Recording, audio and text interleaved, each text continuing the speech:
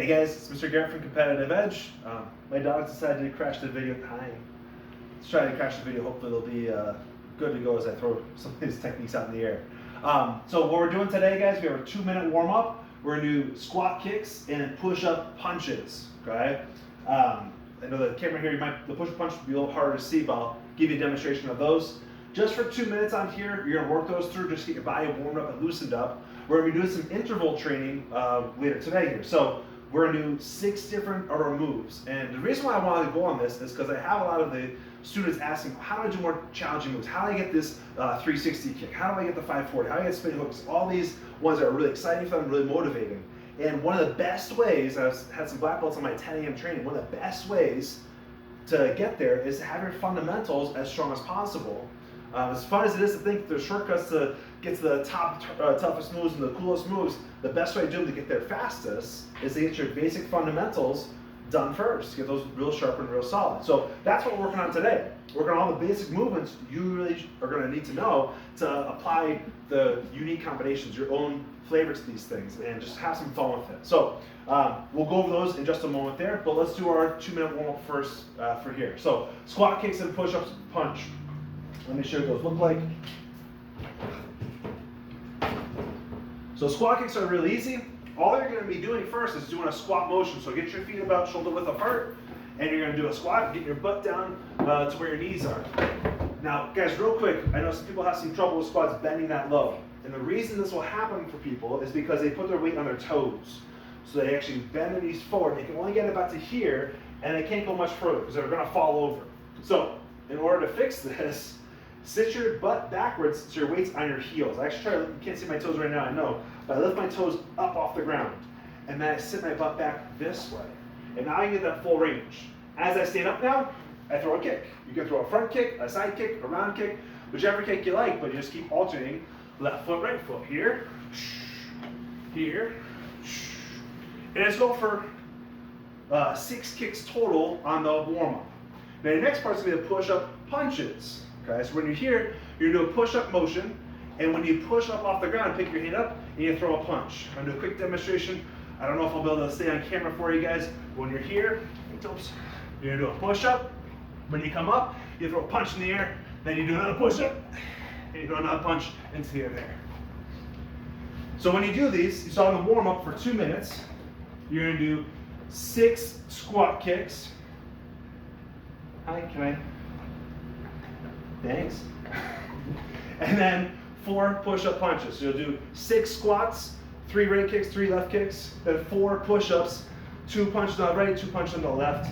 Just set a timer for 2 minutes and cycle through that as many as you can. This is just to get your body warmed up. Don't worry about making this the workout. Then, the next part, the intervals. You're gonna see 20, 10 here, okay? So when you're doing this workout part, you have 20 seconds of the practice and 10 seconds of rest. So the practice you'll do 20 seconds of your jab cross, of your front kick, of your hook punch, of your round kick, of your uppercut, and side kick. And in between all those practices, you'll have 10 seconds of rest. And total here, you do 3 rounds of all this here going on. So between those rounds, you'll have a 1-minute rest. I used, when I did this, a Tabata timer to set it up.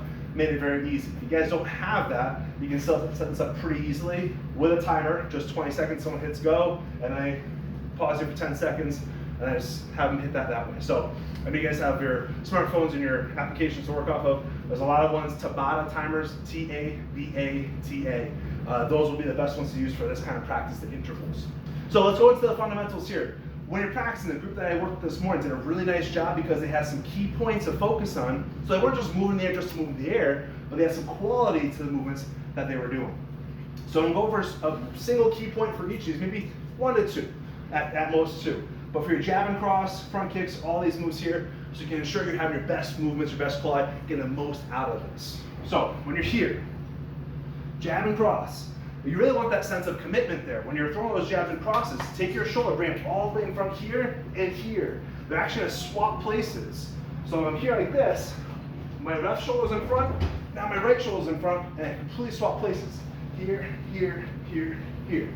This will really engage your entire body As far as technique goes, it adds a lot of backup mass. I was mentioning this in the morning class here. Backup mass is when you get your body weight into the kick, into the punch, getting the most effect behind it. It's really when you commit your full self to doing this. When you just do the arms, you're holding back. You're selling yourself short. You're giving it just minimal effort. When you rotate and commit to those shoulder movements, now you're really empowering yourself to do your best movements. So we talk about backup mass. Physically, that's what you're doing, but it's really you committing all the way through, doing your absolute best. Then we have our front kicks. When you do your front kicks, to get that backup mass, your full commitment, you want to extend your leg all the way out here and fully extend it straight. Watch out for just, keep my knees slightly bent. That was a half kick. That was a full kick. Really extend your leg so it straightens out all the way into the air. Then your hook punches. When you're here, hook punches and uppercuts. People have a common mistake saying the jab across the stomach. They only use the arms. Backup mass. Turn your hips, turn your, put your full commitment into this. Here, it's not my arm swinging around this way. It's my shoulders, my whole body weight. I'm driving my legs here to fully commit through here, here, here. Really getting the backup mass behind it, okay? Then we have our roundhouse kick. You're gonna be here. You're gonna take your leg, bring your knee into the air. Once your knee's in the air, you're gonna turn your whole body into this. I did this, my back foot, I allowed it to commit through. I allowed it to turn and let myself go into the full swing of things. Here, knee comes up, back leg, let it swing through, so your leg is allowed to get its full power. Get the backup mass behind there. Then your uppercuts. You can see, nothing behind it. If you're sitting here, just move your arms. Your arms might get a little tired, but you're not gonna feel fully engaged. You're not gonna really feel proud of the punch afterwards. So here's what you're gonna do.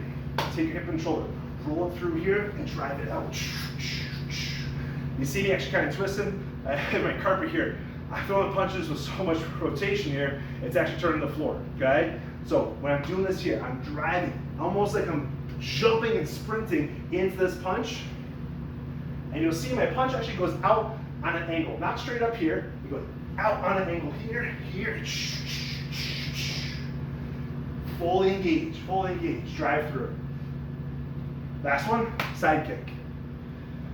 Deep chamber. This is how you get that backup mass. Bring your knee all the way in front of your belly button here. Then, once it's there, boom, blast it out. Foot will be sideways because it's a side kick, okay? Common mistake is that little snappy kick, okay?